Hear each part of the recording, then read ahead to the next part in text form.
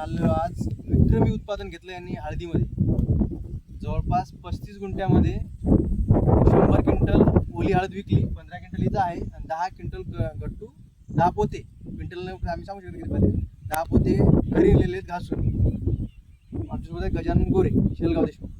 आता मामा तुम्ही कशी कशी वापरली स्टेप बाय स्टेप शेतकऱ्यांना सांगा, म्हणजे जेणेकरून नुसती ॲप्सायटीस वापरून उत्पन्न वाढत नाही. त्याच्यासोबत तुम्ही काय काय वापरलं ते एकदा शेतकऱ्यांना समजू द्या, जेणेकरून तुमच्याजवळून जे बियाणं घेतलं ते कमीत कमी ते तरी त्यांचं उत्पन्न वाढून घेईल. सुरुवात ॲप्सायटी घेतल्यानंतर मी पहिले यात पॉविस्टीन आणि ॲप्सायटी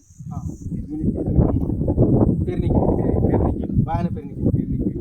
त्याच्यानंतर मग तुम्ही समजा ह्युमिक वगैरे वापरला असेल महिन्यात सोबत पहिले वापरली. प्रत्येक खतासंग अर्धा लिटर, एका महिन्याला अर्धा लिटर वापरली. ॲप्सायटी नंतर मग जे डोस असतात ते डोस मी हळदीचे डोस सांगून देतो तुम्हाला एकदा. सुरुवातीला ह्युमिक वापरायचं, नंतर 19-19 वापरायचं, नंतर 12-61 वापरायचं, नंतर 0.34 वापरायचं, नंतर पोटॅश किंवा पोटॅशियम सोलाईट वापरायचं. ही जर तुम्ही कंपल्सरी त्याच्यासोबत अर्धा लिटर दर महिन्याला ॲप्सायटी देत राहिले अशा प्रकारे रेकॉर्ड उत्पन्न होईल म्हणजे होईल.